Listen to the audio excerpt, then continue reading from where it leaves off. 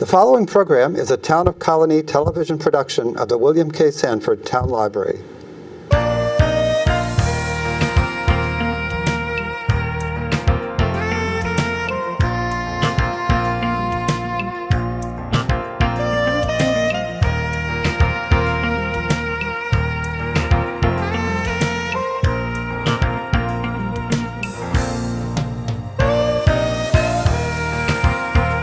Hello everyone, welcome to Health and Wellness. My name is Paul Drezelo and I will be your host. Today we're going to be talking about issues related to hearing loss and related issues. Topics such as prevention, diagnosis, treatment, and living with it if you should happen to have it already. To help us talk through some of these issues, we are very fortunate today to have Dr. Christine Raffo, who is the owner of Madison and Saratoga Health Centers. Welcome, Dr. Raffo. It's really great to have you here today. Yeah, it's good to be here. Well, why don't we just start right in and we go over a little bit about hearing loss and just some general topics and conversation just to give people a little bit more background on it. Okay.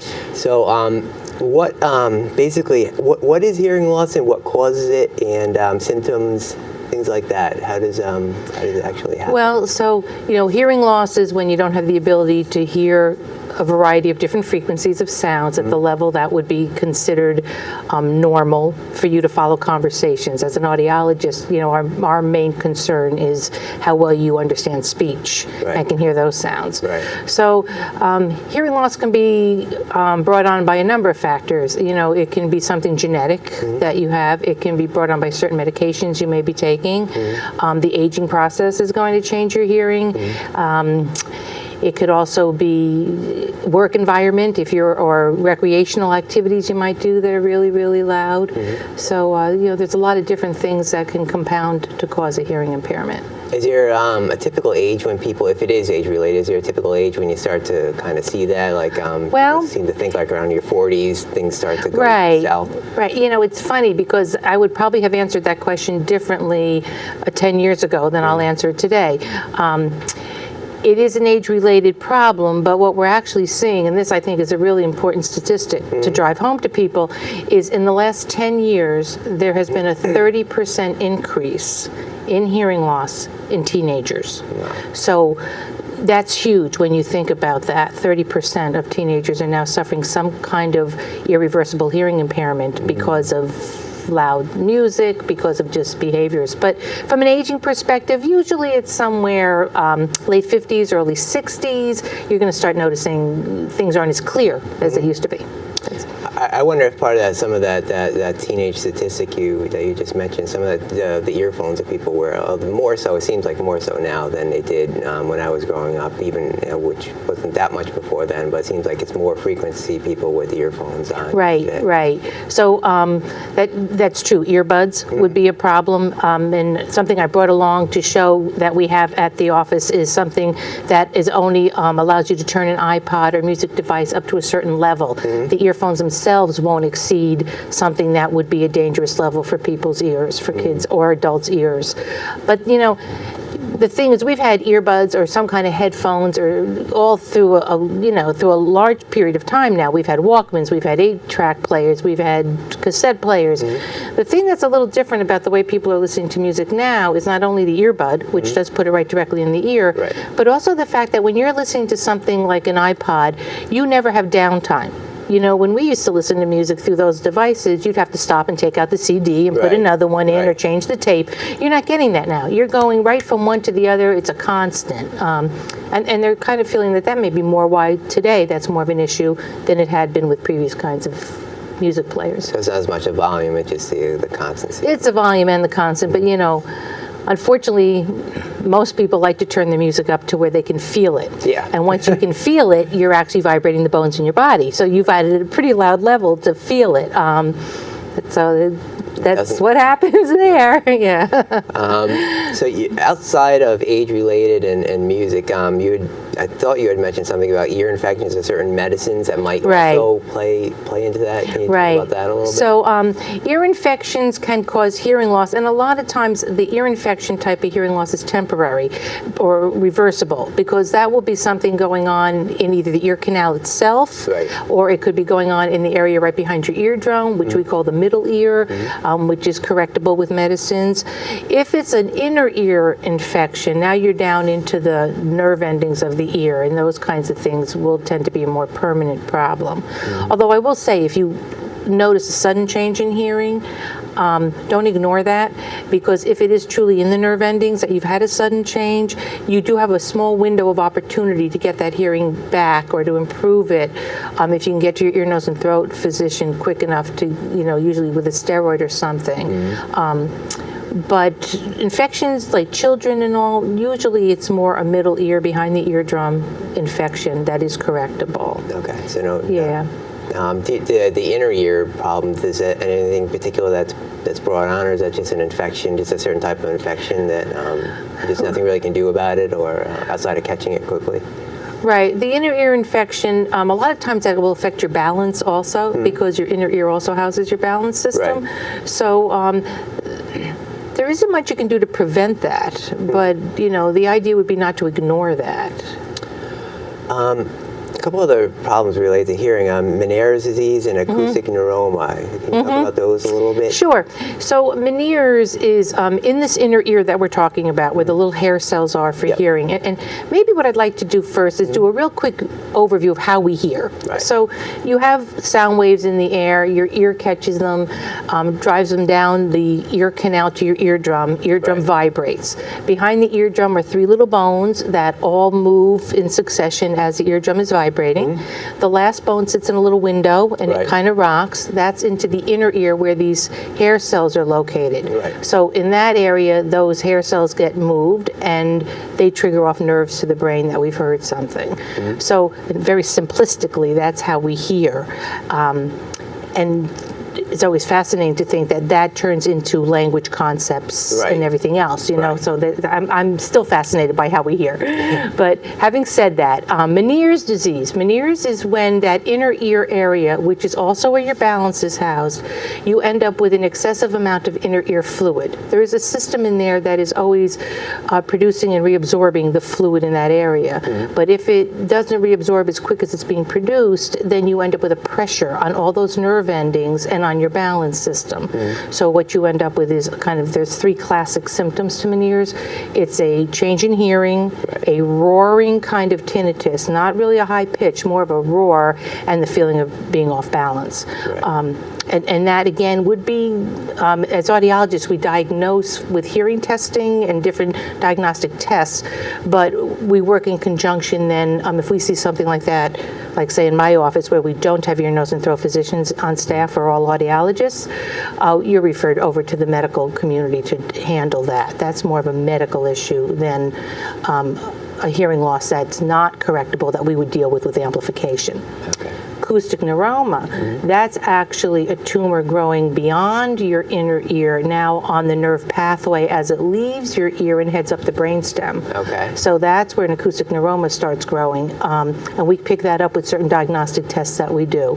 And again, something that would be referred back to the medical community to handle. That's like a cancer type tumor, or is that? Yeah, no, it's benign. It's not a cancerous tumor, but it is a tumor that grows very, very slowly. So there always becomes this issue of monitoring how fast is it growing. Is it something that's going, that you would outlive, anyway? It's just growing so slow. Or do they need to go in there medically get rid of it? Because it's in the brainstem area, which does all our, breathing, all our automatic types of bodily functions the brainstem is responsible for. So you really don't want something growing and leaning on that area. Is that something you develop earlier or later on in life, or does it not have any necessarily any pattern, not necessarily age-related, though you do tend to see it sort of around 40s, 50s. You don't really see it very much in children. Younger people. Yeah, you do see it a little more in older people. All right. Well, why don't we move on to diagnosing once you have a hearing problem, or you think that you do, how you go about basically getting it diagnosed. So who would do something like this? And an audiologist is obviously involved. Can you describe who's involved in hearing Sure. type issues? So there are several different doorways into this system if you think you have hearing loss. You have audiologists. Audiologists at this point in time now have doctoral degrees in this profession. Our profession is to do diagnostic testing of the ear to figure out where the hearing problem is happening. And Right. if it is a permanent hearing loss that cannot medically be corrected, then we are the people who fit hearing aids to have you hear better. So Right. that's an audiologist little area in that. You can also go into this through an ear, nose, and throat physician. He also will usually have an audiologist on staff in his Right. office who will do the same kinds of testing. And then if it is a medical problem, treat it. If not, refer for amplification. Right. The one thing I would just sort of warn people about is that there are also people who do nothing but dispense hearing aids. They don't have any kind of a medical or educational background that enables them to do any diagnostic testing. They are basically screening for the purpose of fitting a hearing aid. And that's a much different, that's not the place to walk in with a hearing loss, because you first want to be sure you don't have a medical problem that can be treated. But if someone came into a facility like that, and I don't know where they are, but wouldn't they be referred back to someone like you to start, or not necessarily, or what would be? One would hope, but that's truly not how it works. So, what would happen is your hearing would be screened, and Yep. on that test it would be written on there, this was for screening purposes only. Whether or not a medical problem would even be picked up with that kind of basic screening, because they are not allowed to diagnose. So they really are just screening for the purpose of fitting a hearing aid. Would a physician, if you went to your regular primary care physician and part of the visit or whatever, you had complained about, hearing loss, would that person do any type of initial screening, or just send them right on to someone like you? Some physicians might. A lot of physicians would just send you on to an audiologist or to an ear, nose, and throat specialist. Okay. Depends on how they run their office. That varies. But from they do practice. some of them do have some basic. Yeah, some of them do have screening devices, to just get a sense of whether you're having a hearing problem or not. Right. All right, so once you think you have a problem, how do you go about actually treating someone? What are the alternatives? Are there any operational procedures involved, medications, or is it a device like a hearing aid? Or Right. talk about some of that. So that kind of depends on where we find the hearing problem is. If the hearing problem is in the ear canal itself, it might be something as simple as a lot of wax Right. embedded in the ear canal, and that can be removed. If it's a middle ear problem behind the eardrum, that can be referred back to the ear, nose, and throat physician. That, again, is a usually correctable problem. There are some things that can go on in the middle ear that cannot be medically corrected, or not bad enough for them to go in and surgically do anything about at that point. Once it's in your inner ear and it's a nerve ending problem, pretty much you're looking at a permanent hearing loss. Okay. So that we treat with amplification, and really our goal with that is to try to bring your hearing up to a level where you can hear clearly. So in general, most people, when they lose their hearing from aging and stuff, they're going to lose their high frequencies more than their low frequencies. It kind of comes in from the high end. Okay. What that does is take away your ability to hear consonants, S from F, P from T. So you can hear a vowel, ah, E, I, O. It's Right. bassy, it's strong, it travels a room easily. So if you and I sit in a crowded room with a lot of people talking, those vowels are really traveling around. Well, unfortunately, what they do is they sort of take over in the higher frequencies. So if you don't have good high frequency hearing, and this is one of the signs that I'm losing my hearing, Right. is everybody's talking, you don't really know what they're saying. So, you say, you can't hear, and they'll say, no, I can hear. Well, yes, you can hear. It's a clarity issue. And usually that's what we're looking at when we fit hearing aids. It is that clarity issue.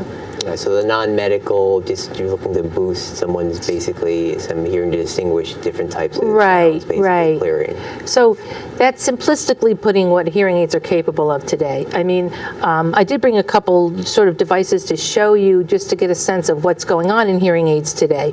And now we actually have two two completely different ways of fitting instruments. Okay. We have extended wear. That's relatively new. So an extended wear hearing aid, which is a unit similar to this, and this is just a tiny yellow device placed down in the ear canal. You can't even see it Yeah, externally. yeah, this, right, you don't see this externally. This runs approximately 2 months on the battery that's enclosed in that, encapsulated in that unit. Right. And that's something we place deep in the ear canal. It stays there for 2 months. You shower, exercise, sleep. I mean, we just bring your hearing up. It's called Lyric, and it's extended wear.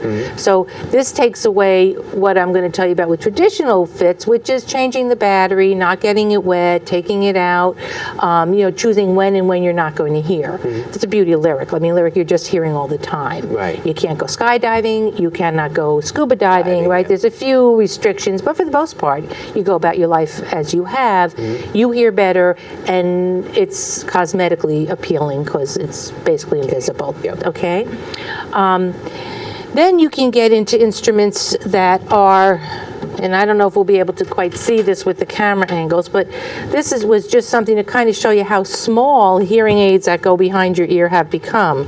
So this is about as small as we are now. Wow. And, yeah, That's in a a lot hearing different aid. That is so much different than what most people remember a hearing aid being. So this sits at the top of the ear. Very small wire comes down, and a little like umbrella is placed into your ear canal, Okay. which is housing the speaker. So the part that comes down from the front is no longer a tube, like Right. if you'd seen the old hearing aids that had a big open Yep. tube.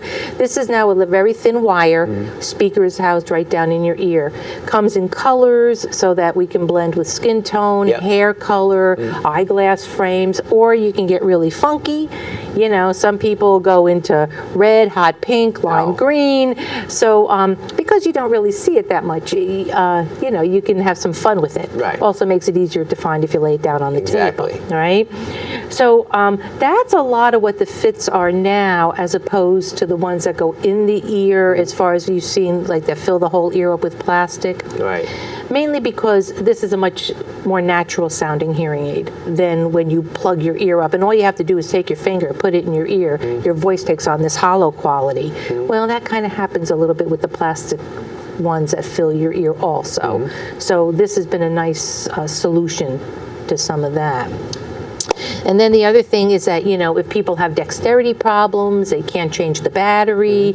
There are hearing aid manufacturers now that make little charging units. Wow. So you take your hearing aid off at night, you place it in the charger, and they're rechargeable batteries. In the morning, you simply open it up, put it on again, and you're not finagling with the battery. How long will the battery last? The battery should last you all day wearing it. You do need to charge it each evening, and then replace the rechargeable battery about every 6 months to a year. But that's, again, you can take that out and replace it yourself. That's Right. not something you have to send it away to be redone. Exactly. So, so that's kind of where things are going on the hearing aid front.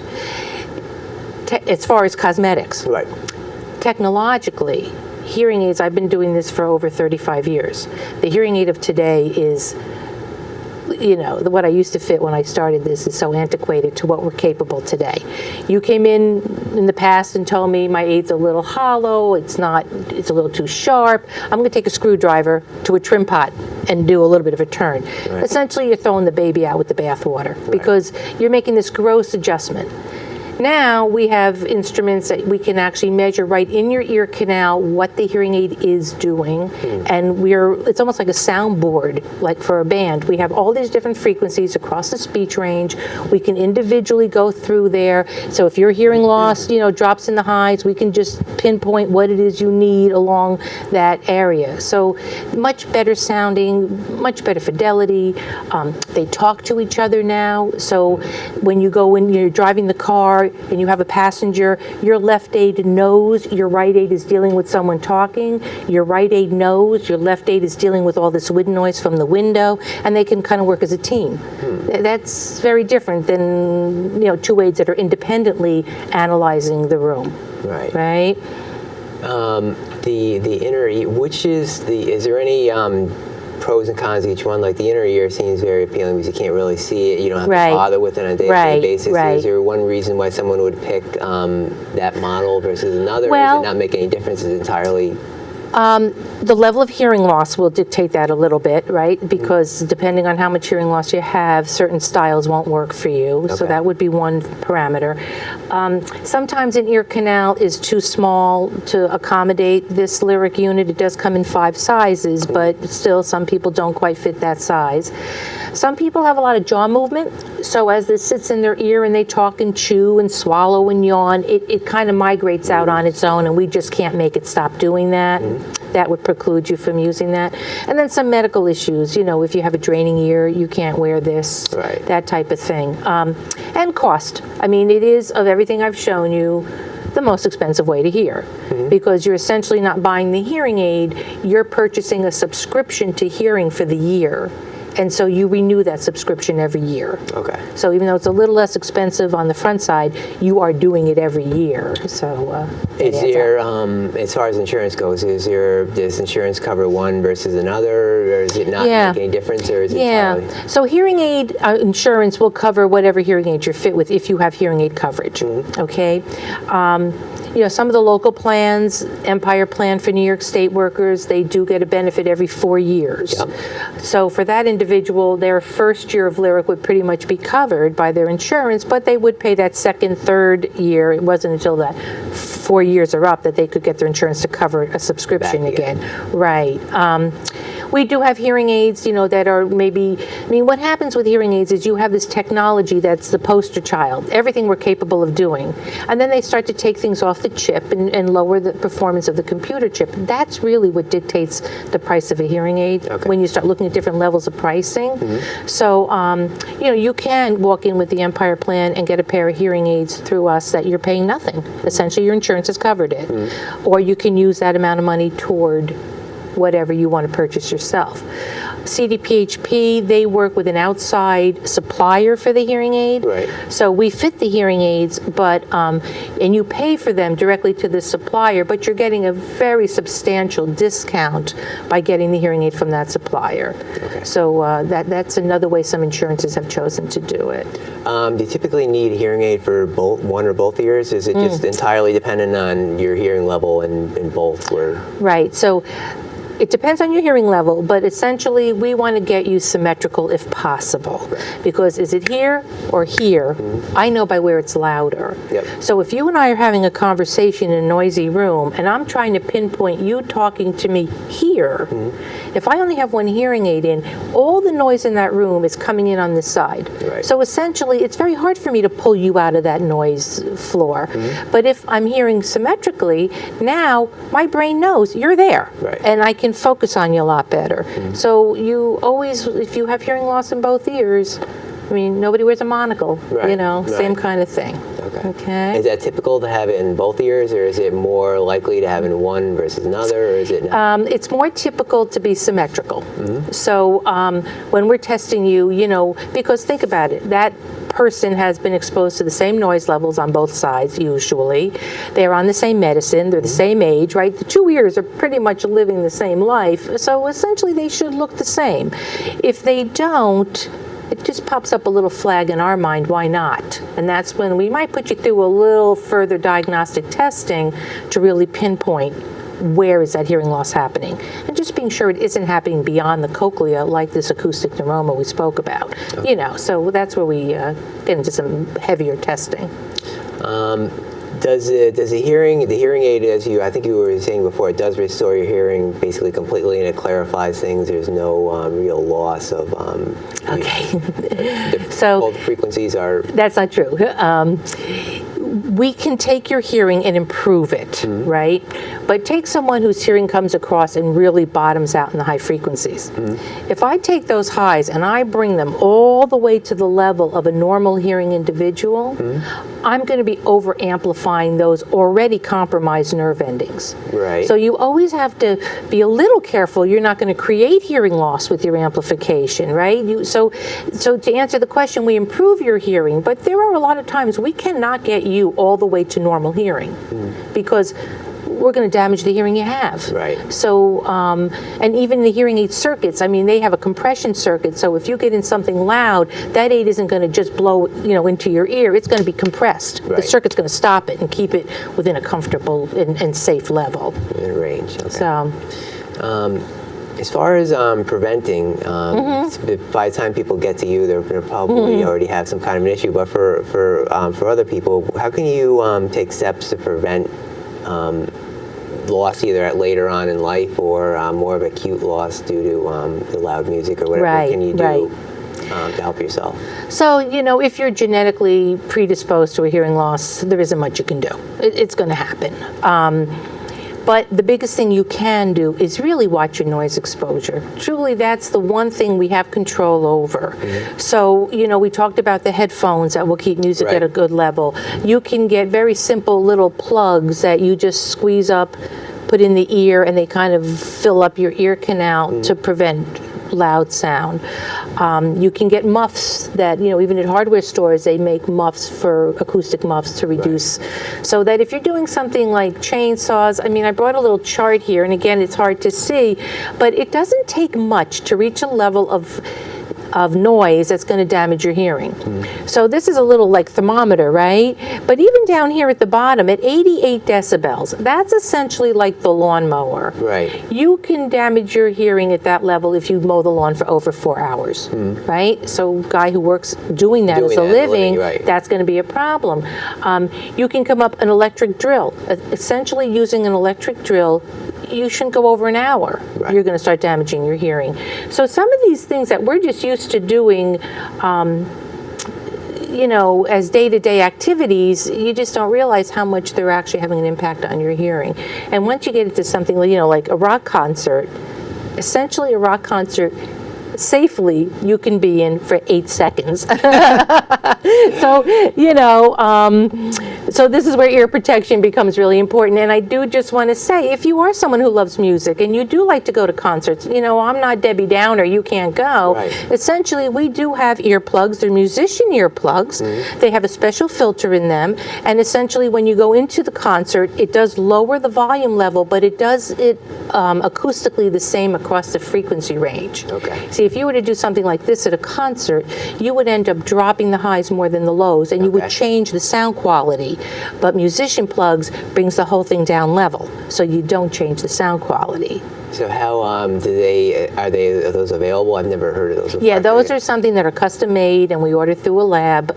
So you do have to come in and have a form is made of your ear, an impression, and then we order them for you. And they come with different filters. So we have filters that reduce less for people who listen to soft music, maybe play in an orchestra, that type of thing. And then we have stronger filters for the headbangers. Is there any particular? You had mentioned a few daily household type noises that can impair you. That can impair you just through exposure. Is there any particular types of noises like gunshots or anything like that would really cause acute damage or something that you should really be careful of? Yes. So something that's really that loud. Remember we talked about the inner ear with the hair cells. So they're actually, looks like a snail shell. Your inner ear cochlea spirals around just like a snail shell does. These little hairs are sticking out, and there's a membrane on them, right, that we talked about, kind of moves that hair cell to fire off to the nerve endings. Well, right at that first turn, if you get really loud sound, instead of the fluid gently going around the turns, you get a lot of bombardment right at that first turn. And you can literally, from one really loud blast, shear those hair cells right off at that point. So, yes, you can definitely damage your hearing from something that loud. One of the like rock concerts, going to a bar with a band, some of the way you've actually overdone it is you go home, and we've all had this happen. You go to bed that night, you're laying in a quiet room, and now your ears are right? That is like a bruise. I always equate that to like bruising your ear. Sure, you wake up the next morning and you think, oh, my hearing's okay. But in reality, you're chipping away at it. It isn't bouncing all the way back. So you have to be a little careful of that. So is actually, when you come in out of a situation where your ears are ringing for something, there is an actual, there's some kind of a loss there. It's definitely an indication that you've overdone it. which brings up maybe something you asked me and I didn't really answer along the way here, but I think would be a good time to talk about it. Usually we lose our hearing very gradually, as we age, or even the genetic loss. I talked about the sudden loss, but most people lose their hearing very slowly. So it's really hard for the person with the hearing loss to perceive they've lost their hearing. Right. We live in an environment where you can take the TV, make it louder. I mean, everything comes with a volume wheel on it these days. So essentially, it's very hard for you to even perceive that you have something really loud. The best way you're going to know you have a hearing loss is because your family and friends are saying to you, you have a hearing loss. Yeah. They're probably right, as much as you don't want to admit it, because they can compare themselves to you. Right. They can walk in the house and think, wow, you listen to the TV at this That level? loud, This yeah. is blowing me out of the room. So really listen to your friends and family if they say it. And as much as we talked about whether hearing aids are covered by insurance, diagnostic testing is. To come into the office and have your hearing tested is a medical procedure that will be covered by your insurance. So, and Medicare. And so there's really no reason. I always tell people, you know what, you don't think you have a hearing loss and your husband says you do? Come on in and we'll prove him right or wrong. Yeah, let's find out. Because, again, it's weird, but you're like the last to know, It's funny. Right. Is there anything else that you think that we could add, or anything else that people might want to know about? Yeah, I think we talked about hearing aids in general, and most people are pretty familiar with that whole concept. I think the other thing going on in the whole hearing aid world is connectivity. So this is something where we're now Bluetoothing devices, and I don't know if you've noticed or anyone has noticed, but through this whole interview I've had this around my neck on purpose. Right. This is a streaming device. So one of the hearing aid companies uses this, and a lot of the companies have something similar. I can Bluetooth my phone to this, and this is connected to my hearing aids. Right. So now when my cell phone rings, I don't have to pick up my cell phone. I push a button on here, there's a microphone, I've answered the phone. When I talk, they hear me through the mic. When they talk back, I hear them in both ears through the antenna. So now for people, especially with hearing impairment, you're getting the signal in both ears. And always, if you can get the signal better than the room you're in, you will hear better. Somewhere on this table is a very teeny tiny microphone. This is a company, they call it a Connect mic. I put this microphone on, kind of turn it like so, right? This can be connected to someone wearing a streamer with their hearing aids. So if you and I are on a very long car trip, or we're in a really crowded restaurant, when I speak, my voice comes through predominantly. I'm well over all the extraneous noise. So these are things for people when, because a hearing aid doesn't bring you back to normal hearing, and it is very difficult in background noise to mentally start separating out, especially with hearing loss. This is just additional things that can be done. If you don't feel you're at a level of a hearing aid, but you are having trouble with just the TV, right? There are devices just for the TV.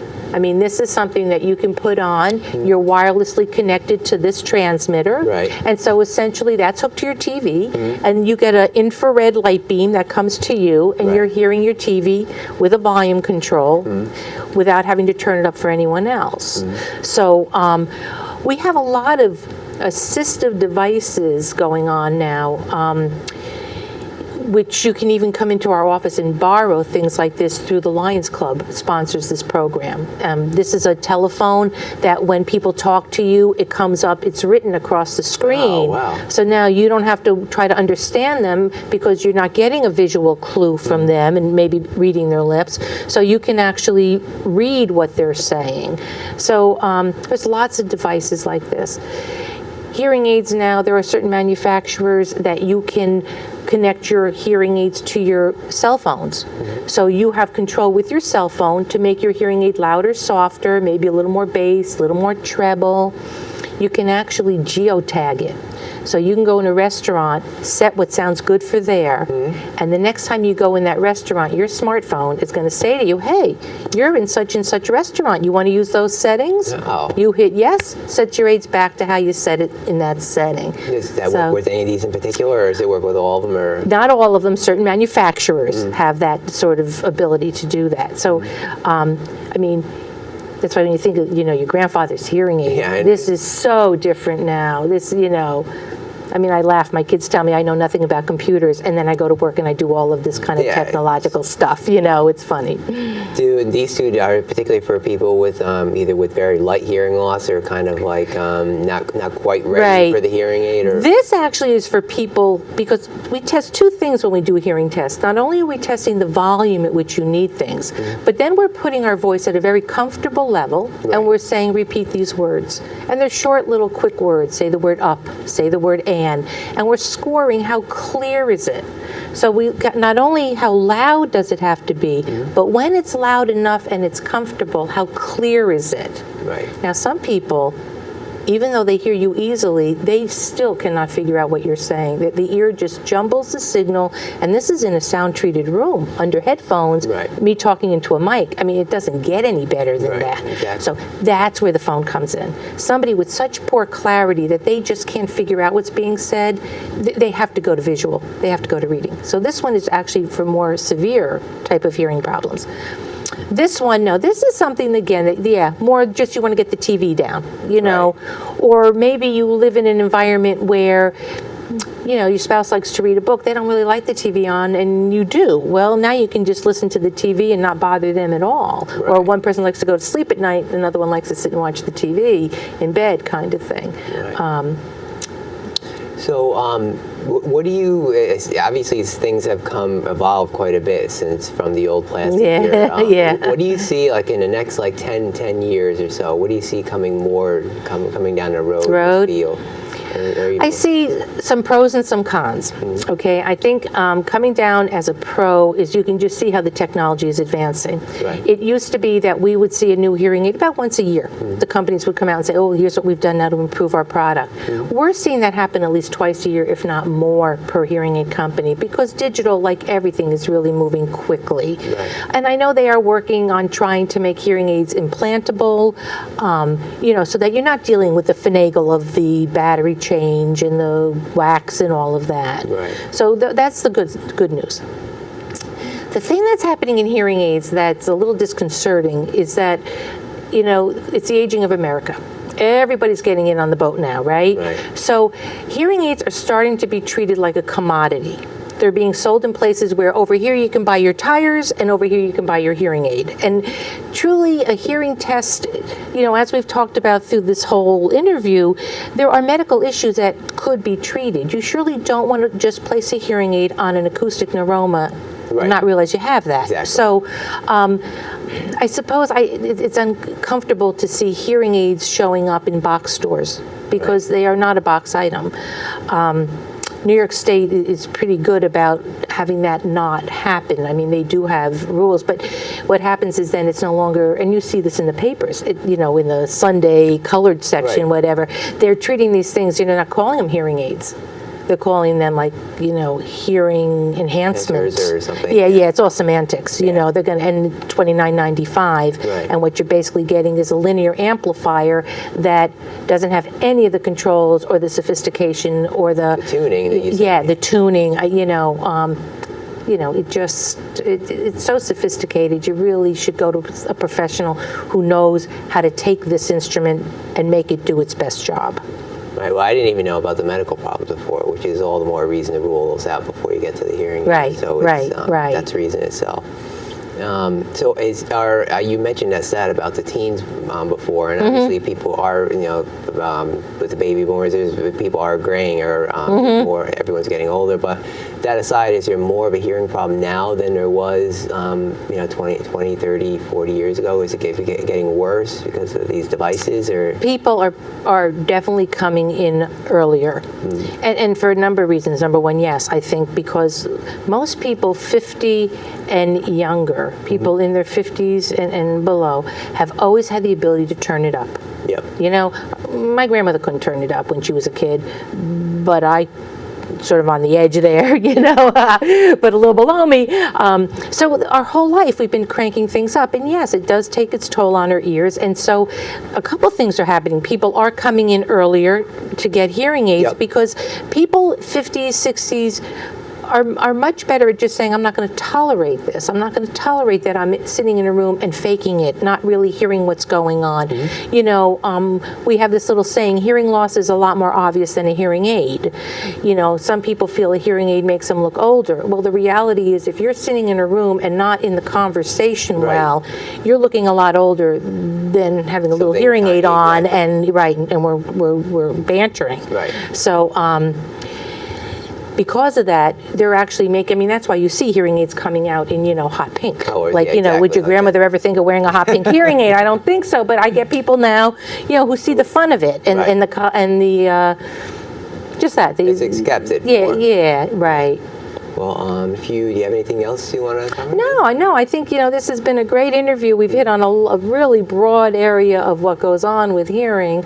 So any further questions? We do have a website. It's albanyhearclear.com. You know, if you have any questions, we'll respond back to you. If you have any interest in anything we've talked about. So basically see, I mean, the ideal path would be to see a doctor first and then see you, and then... yes, I would mention to my primary physician that you feel like you're having hearing loss, although we are an entryway into it. Right, that's right. It doesn't matter either way. Yeah, you come into us and we see anything that, I mean, we're going to send your doctor a letter no matter what and let him know you came in, but if we see anything fishy, we're going to be sure you get that all checked through before we just plop a hearing aid on you. Right.